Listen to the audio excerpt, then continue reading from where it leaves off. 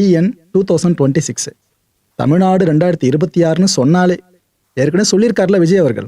Cup முக்கியம் பிகில எந்த வருஷத்தை மென்ஷன் பண்ணாரு? 2026. இதை படத்தோட டைட்டிலாக வச்சிருக்காங்க. சரி, ஓகே, அரசியல் சார்ந்து பேச போறாங்கன்னு தெரிஞ்சிருச்சு. ஒரு பொலிட்டிக்கல் சட்டையரா இருக்கணும் தான் அந்த டீசரை எதிர்பார்த்து காத்திருந்தோம். டீசரோ வந்துச்சு. பார்த்த பிற்பாடு எனக்கு முதல்ல தோன்றின விஷயம், இந்த டீசரை பார்த்த டிவிகே கேடர்ஸும் விஜய் சாரோட ஃபேன்ஸும் எந்த அளவுக்கு ரியாக்ட் பண்ணியிருப்பாங்கன்னு சொல்லிட்டு தான். அவ்வளோ சம்பவத்தை செஞ்சு வச்சிருக்காங்க. தங்க நட்சத்திரம் இந்த படத்தை டைரக்ட் பண்ணியிருக்கிறது உமாபதி ராமையா. ஆக்டர் ராமையா இருக்கார்ல, அவரோட பையன். இந்த படத்தில் நடிச்சிருக்கவங்க நம்ம நட்டி நடராஜ். இந்த டீசரை பார்த்த பிற்பாடு நடராஜ் பக்கம் எத்தனை பேர் திரும்ப போறாங்கன்னு தெரியலங்க. எவ்வளோ பில்டப் கொடுக்குற மாதிரி இருக்கா, கான்டென்ட் முடியும் உங்களுக்கே புரியும். தம்பி ராமையா, எம்எஸ் பாஸ்கர், இளவரசு, அவர் வக்கீல் கேரக்டர் பண்ணியிருக்காரு படத்தில். அவர் கேரக்டர் படத்தில் பராசரன் சம்திங் எதனா டச்சு வந்துச்சு, அவங்க அது வரைக்கும் டீட்டெயிலாக ஃபுல்லாக போயிட்டு ஒரு பேர் எடுத்திருக்காங்கன்னு அர்த்தம். விஷயம் தெரிஞ்சு உங்களுக்கு தெரியும் நான் சொல்கிறது. படத்துக்கு இசை யார் தெரியுமா? டர்புகா சிவா.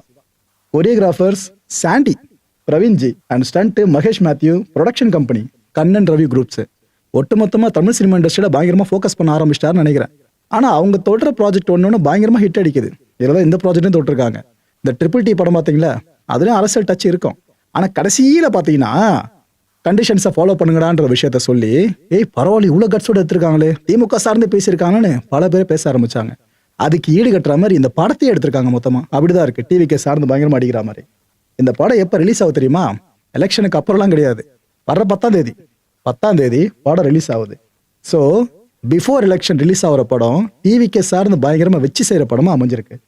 இந்த படத்தோட டீசர் வெளியாச்சுன்னு சொன்ன பார்த்தீங்களா, இதை பார்த்து பல பேர் ஷாக் ஆனாங்களே. அந்த டீசரோட கீழே கமெண்ட் செக்ஷனில் போய் பார்த்தீங்கன்னா முக்கியமான ஒரு கமெண்ட் இருக்கும். அதாவது டீசரில் விஜய் ரெஃபரன்ஸ் கிடையாது, விஜய் ரெஃபரன்ஸ் தான் ஒட்டுமொத்த டீசரு அப்படின்னு கொடுத்துருப்பாங்க. எது எக்ஸாஜரேட் பண்ணப்பட்டது இல்லைங்க. அந்த டீசரை பார்த்தீங்கன்னா புரியும் எதுக்கு இந்த வார்த்தைகளை கமெண்ட் செக்ஷனில் பயன்படுத்தியிருக்காங்கன்னு.